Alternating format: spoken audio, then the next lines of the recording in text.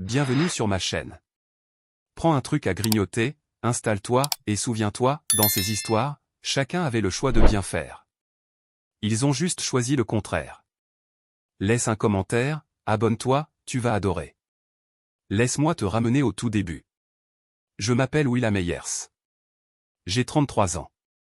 Il y a 19 mois, j'ai entassé toute ma vie dans une remorque U-Haul louée, puis j'ai roulé sur plus de 3300 km, quittant Columbus, dans l'Ohio, pour m'installer à Portland, en Oregon. Je n'ai prévenu personne. Ni ma mère. Ni ma sœur. Personne dans ma famille. Je suis simplement parti. Je n'ai même pas changé de numéro de téléphone. Le même depuis 12 ans. S'il voulait me joindre, il pouvait. Mais pendant 19 mois, personne ne l'a fait. Pas un appel. Pas un message pour mon anniversaire. Rien à Thanksgiving. Rien à Noël. Absolument rien. Jusqu'au jour où ma sœur s'est présentée devant mon ancien appartement, vide. Elle cherchait une babysitter pour le week-end.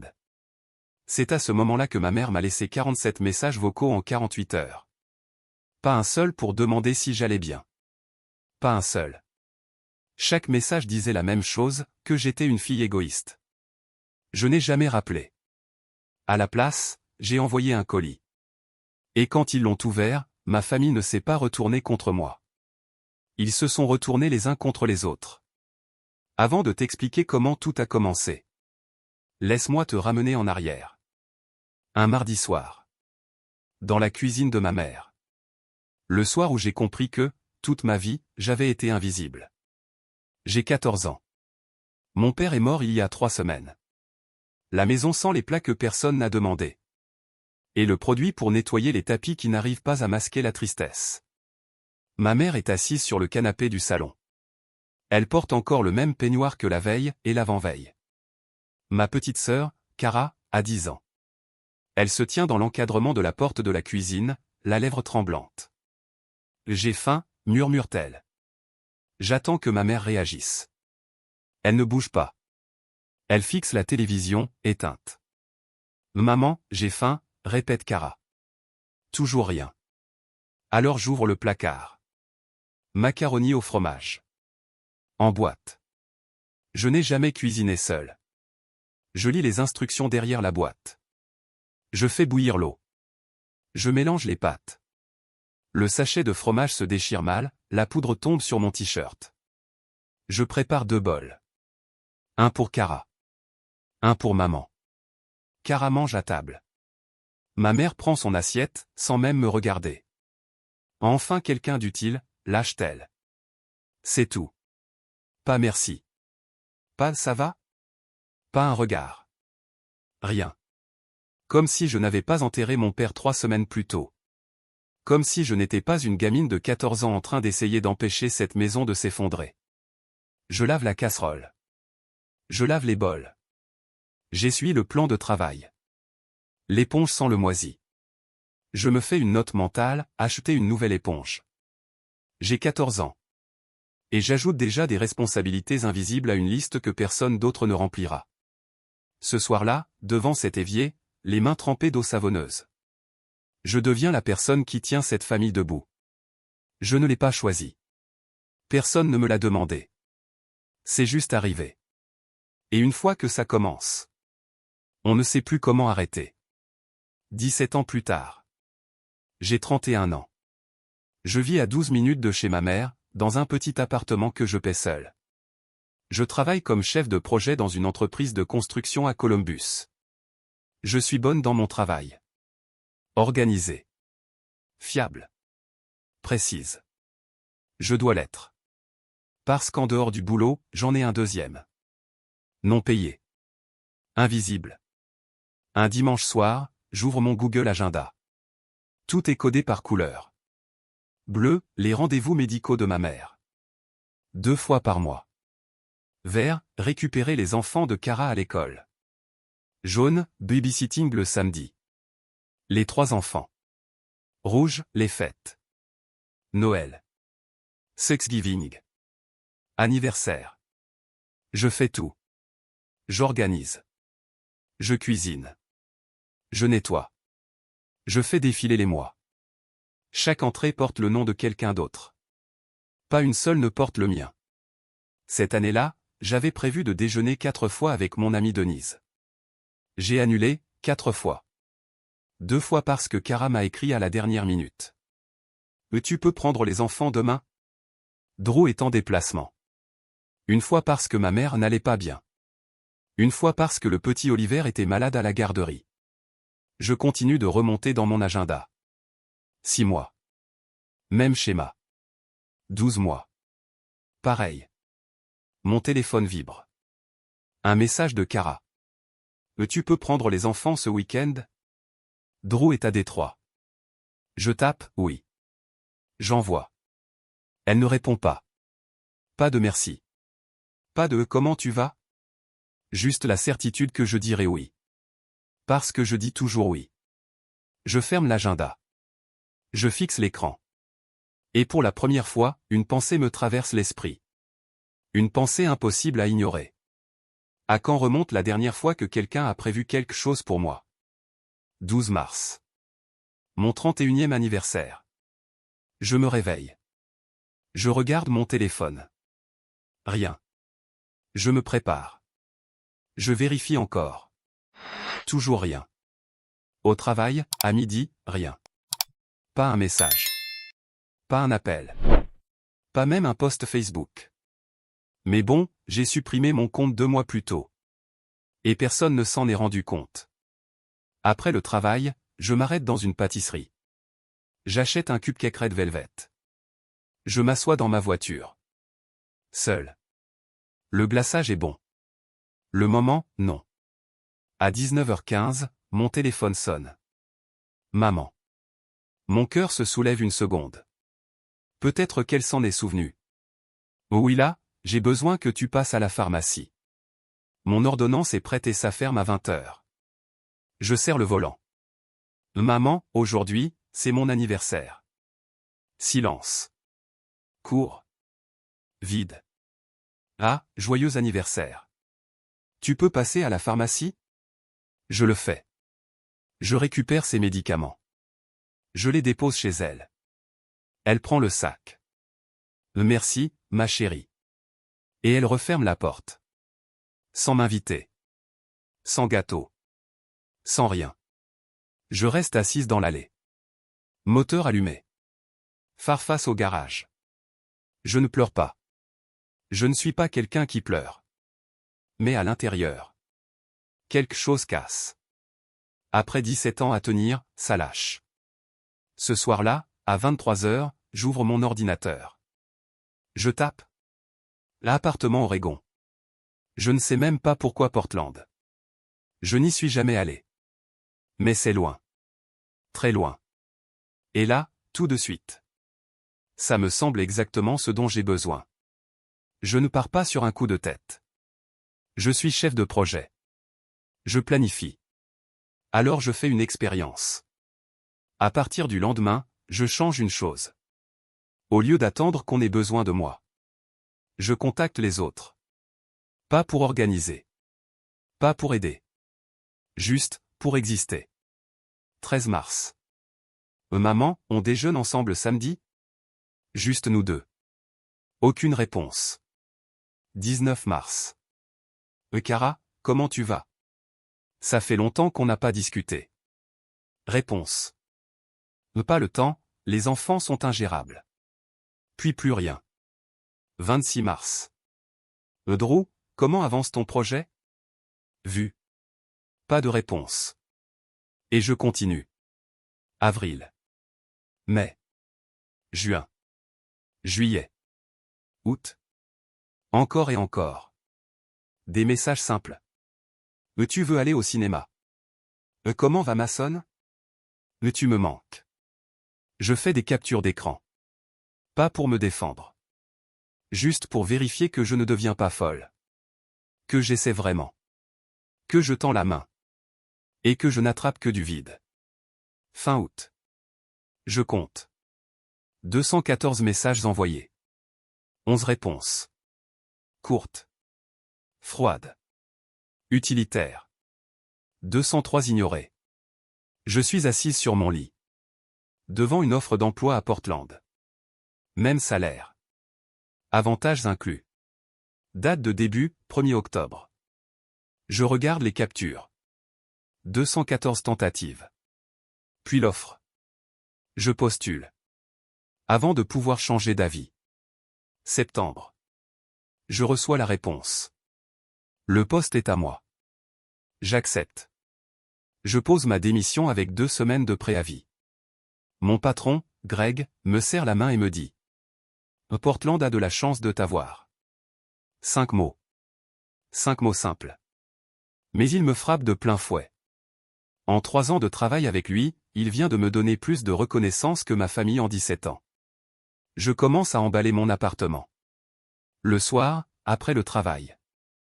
Des cartons empilés dans le salon. Je vends mes meubles à des inconnus trouvés en ligne. Ils arrivent avec du cash et repartent avec des morceaux de ma vie. Je fais suivre mon courrier. Je supprime mon compte Facebook. Celui que personne ne regardait de toute façon. Mais il y a une chose que je ne change pas. Mon numéro. Le même depuis 12 ans. S'ils veulent me joindre, ils peuvent. Je ne me cache pas. J'arrête juste de courir après eux. La veille de mon départ, je passe en voiture devant la maison de ma mère. La lumière est allumée. Je vois la lueur de la télé à travers les rideaux. Je pourrais m'arrêter. Frapper. Dire au revoir. Je continue de rouler. 28 septembre. J'attache la remorque à ma voiture. Direction l'ouest. Indiana. Iowa. Nebraska. Wyoming. Idaho. 3 jours de route.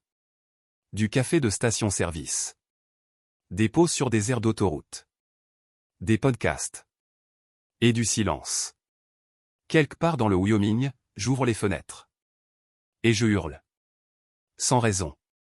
Juste, pour sortir quelque chose de moi. Et ça fait du bien. 1er octobre. Portland. Il pleut. Bien sûr. Je me gare devant mon nouvel appartement. 2e étage. Un quartier calme. Un érable japonais dans la cour. Je reste assise dans la voiture. Et je respire. Vraiment. Pour la première fois depuis longtemps. Pas de notification. Pas d'alerte. Personne qui a besoin de moi. Je n'ai pas claqué la porte. J'ai juste arrêté de la tenir ouverte. Moi. Je vérifie mon téléphone tous les matins. Rien. Je me dis que c'est normal. Ils sont occupés. Moi 2. Thanksgiving. Je suis seul. Un poulet rôti. Une boîte de sauce au canneberge. Mon téléphone reste silencieux. Personne ne demande où je suis. Personne ne remarque mon absence. Je réalise quelque chose. Sans moi, il n'y a même plus de dîner. C'était moi qui organisais tout. Moi 3. Mon anniversaire. 32 ans. Encore une fois. Je m'achète un cupcake. Même parfum. Autre ville. Cette fois, je le mange sur mon canapé. Pas dans une voiture. C'est déjà un progrès. Toujours aucun message. Moi 4. Je rencontre Naomi au travail. 34 ans. Designer senior. Un jour, elle passe à mon bureau. Ton week-end, ça s'est bien passé? Je commence à répondre. Et je sens mes yeux piquer. Pas parce que c'est une question profonde. Mais parce que ça fait des années que personne ne m'a posé cette question. En attendant vraiment la réponse. Moi 5. On commence à sortir ensemble le week-end. Randonnée. Repas entre amis. Un jour, quelqu'un me demande. Tu écoutes quoi comme musique? Je reste figé. Je ne sais pas. Je n'ai jamais eu le temps d'y penser. Moi 6. Je vérifie une dernière fois mon ancienne boîte mail. Un message de Cara. Objet, week-end du 4 juillet. Tu peux garder les enfants? Drew a un truc. Pas de bonjour. Pas de tu vas bien? Elle ne sait même pas que je suis parti. Je commence une thérapie. Première fois de ma vie. Ma thérapeute me donne un exercice. Écris à quoi ressemblerait ta vie dans 5 ans si tu étais resté. J'écris. Je serais encore en train d'emmener maman chez le médecin. Encore en train de garder les enfants. Encore à organiser la vie des autres. Je perdrais mes 30 ans. Comme j'étais déjà en train de les perdre. Puis elle me dit. Maintenant, écris ta vie actuelle. 6 mois plus tard. Mon manager me convoque. Je pense être en faute. On crée un nouveau poste. Senior Project Manager. Je te veux. Je la regarde. Elle ajoute. Tu es la personne la plus organisée que j'ai jamais vue. Je ne lui dis pas pourquoi. Je ne lui dis pas que j'ai appris ça en gérant une famille entière sans jamais recevoir un merci. Le week-end, je fais des randonnées avec Naomi. Je prends des cours de poterie. Je cuisine. De vrais repas. Pas des pizzas mangées en voiture entre 2 obligations. Mon agenda a changé. Chaque case porte mon nom. Un jour, mon téléphone vibre. Naomi. Marché samedi? Je souris. Pour la première fois. Quelqu'un m'invite quelque part. Pas pour aider. Juste pour être là. Puis un soir d'avril. Mois 19. Mon téléphone s'allume. Indicatif de l'Ohio. Cara. Je regarde l'écran. Je laisse sonner. Et voilà ce qui se passe de son côté. Elle a besoin d'une babysitter. Drew est en déplacement. Elle veut un week-end spa. Elle appelle le seul numéro qu'elle connaît pour ça. Le mien. Ça sonne. Encore et encore. Je ne réponds pas. Elle m'envoie un message. J'ai besoin de toi ce week-end. Rappelle-moi. Je ne réponds pas. Je suis en cours de poterie. Les mains pleines d'argile. Le téléphone en silencieux. Le lendemain, elle rappelle. Sans laisser de message. Elle déteste ça. Alors elle prend sa voiture.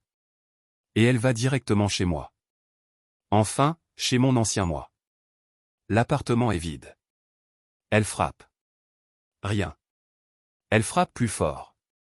La voisine ouvre. Vous cherchez la fille du 4B? Oui, ma sœur. Oh, elle est partie il y a longtemps. Plus d'1 an. Cara reste figée. Quoi? Elle a tout chargé un matin, et elle est partie. Et là. Fais attention à ça. Sa première réaction n'est pas. Mais elle va bien? Non. Elle sort son téléphone.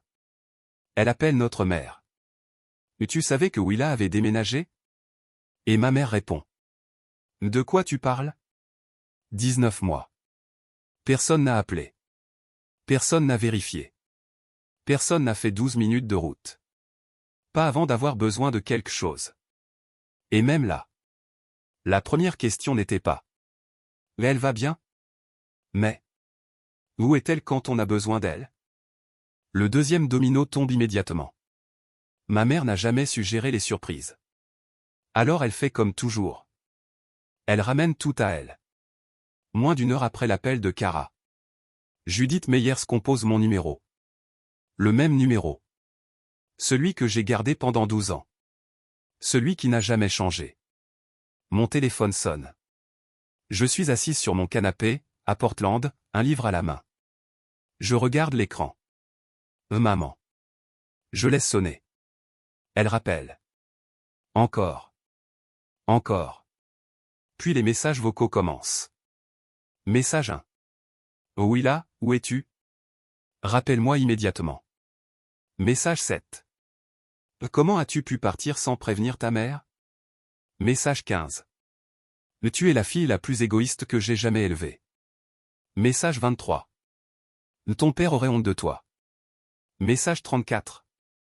Je vais dire à tout le monde quel genre de fille tu es vraiment. Message 41. Après tout ce que j'ai sacrifié pour toi. Message 47. Si tu ne rappelles pas, tu n'existes plus pour cette famille. 47 messages. En moins de 48 heures. Je les écoute tous. Un par un. Je prends des notes. Pas pour me défendre. Juste pour voir clairement. Et je remarque quelque chose. Quelque chose de brutal. Pas un seul message ne demande. Tu vas bien? Pas un seul. Pas un. Tu es en sécurité? Pas un. Je m'inquiète pour toi. Tous parlent d'elle. Ce que je lui ai fait. Ce que je lui dois. Comment je l'ai humilié. Je pose mon téléphone. Silence. Dans mon placard, il y a un dossier. Sur l'étagère du haut. Je ne l'ai pas ouvert depuis mon départ. Je le prends. Je le pose sur la table. Pendant que je suis assise, calme, à Portland. Kara, elle, fait ce qu'elle fait de mieux. Contrôler l'histoire. Ce soir-là, elle publie sur Facebook. Sans me taguer. Elle ne peut pas, j'ai supprimé mon compte. Elle écrit. Je traverse quelque chose de très difficile. Quand ta famille t'abandonne sans un mot, tu comprends qui t'aime vraiment. Serrez vos frères et sœurs forts. 83 réactions. Des cœurs. Des messages de soutien. Un courage. Tu es une mère incroyable. Et qui ferait ça à une famille? Personne ne pose de questions. Personne ne demande ma version. Kara appelle ensuite notre tante Maggie. La sœur de ma mère. 61 ans. Celle qui a coupé les ponts avec elle depuis longtemps. Willa a disparu, dit Kara. Elle nous a abandonnés. Silence. Puis Maggie demande calmement. Tu l'as appelée, toi? Quoi? Pendant l'année et demie passée. Tu l'as appelée, juste pour parler? Silence. Puis Kara raccroche. Ce soir-là, Maggie m'appelle. Elle est la seule. La seule de toute ma famille. Qui a pris de mes nouvelles régulièrement. Même juste un message de temps en temps. Et ils ont découvert, dit-elle. Je me doutais. Ils ne sont pas inquiets pour toi, ils sont en colère. Je sais. Tu vas faire quoi? Je regarde le dossier sur la table. Je ne sais pas encore, mais je crois que je commence à savoir. Drew. Mon beau-frère. C'est le plus discret. 31 ans. Ingénieur. Toujours en déplacement. Pas méchant. Juste absent. Mais ce soir-là. Il fait quelque chose de différent. Après que Kara soit allée se coucher. Il s'assoit seul à la table de la cuisine. Il prend son téléphone. Il remonte ses messages. Très loin. Et il tombe sur 3 messages. De moi. Comment avance ton projet? J'espère que des 3 s'est bien passé. Bonne fête des pères. 3 messages. Tous lus. Tous ignorés. Il reste là. Longtemps. Ce n'est pas exactement de la culpabilité. Mais quelque chose qui s'en approche. Le lendemain matin, Kara raconte encore l'histoire au téléphone. Tu te rends compte de ce qu'elle a fait? Drew est silencieux. Je ne sais pas. Quoi, je ne sais pas? Il relève les yeux. Mais est-ce qu'on a déjà vérifié si elle allait bien? Kara se fige. Ce n'est pas la question. Je pense que si. Elle quitte la pièce. Drew ne la suit pas. Il reste là. Avec son café. Avec ses 3 messages lus et ignorés. À 3000 km de là. J'ouvre mon ordinateur. Je commande une boîte en carton. Taille moyenne. Assez grande pour contenir un dossier épais. Et une seule feuille. Pendant ce temps. En Ohio. Ma famille réécrit l'histoire. Ma mère laisse encore des messages. Ma sœur récolte du soutien. Et personne. Pas une seule fois. Ne demande si je vais bien. Si tu as déjà été cette personne. Celle sur qui tout le monde compte. Mais que personne ne vérifie. Alors tu sais déjà ce qui arrive ensuite. Sur ma table, le dossier est ouvert. Pour la première fois depuis mon départ. 214 messages. Imprimés. Classés. Comme je classe tout. 3 sections. Onglet 1, maman. 87 messages. Surlignés en couleur. Jaune, comment tu te sens? Rose, on se voit. Bleu, messages importants. À côté de chacun. Y pas de réponse. Lu. Ignoré. Onglet 2, Cara. 94 messages. Même système. 94 tentatives. 88 ignorés. Onglet 3, Drew. 33 messages. Tous vus. Tous sans réponse. En bas de chaque section. Un résumé. Maman, 4% de réponse. Cara, 6%. Drew, 0%. Je n'ajoute rien. Aucun commentaire. Aucune accusation. Juste une feuille. Posée au-dessus. Une seule phrase. J'ai essayé 214 fois. Les voici. Je ferme le dossier. Je le mets dans la boîte. J'écris l'adresse de ma mère. Pas de nom d'expéditeur. Juste, Portland, Oregon. Je scotche. Je pose la boîte près de la porte. Je ne l'envoie pas encore. Parce que j'attends le bon moment. Et ce moment? A une date. Un anniversaire. 17 ans ont passé. J'ai 31 ans. Je vis à 12 minutes de chez ma mère, dans un petit appartement que je paie seul. Je travaille comme chef de projet dans une entreprise de construction à Columbus. Et je suis bonne dans ce que je fais, organisée, fiable, rigoureuse. Mais ce que personne ne voit, c'est que j'ai une deuxième vie à côté. Une vie gratuite. Invisible. Non reconnue. Le dimanche soir, j'ouvre mon agenda Google. Tout est codé par couleur. Bleu, les rendez-vous médicaux de ma mère, 2 fois par mois. Vert, les enfants de Cara, récupération après l'école. Jaune, les week-ends où je garde ces 3 enfants pour qu'elles puissent souffler.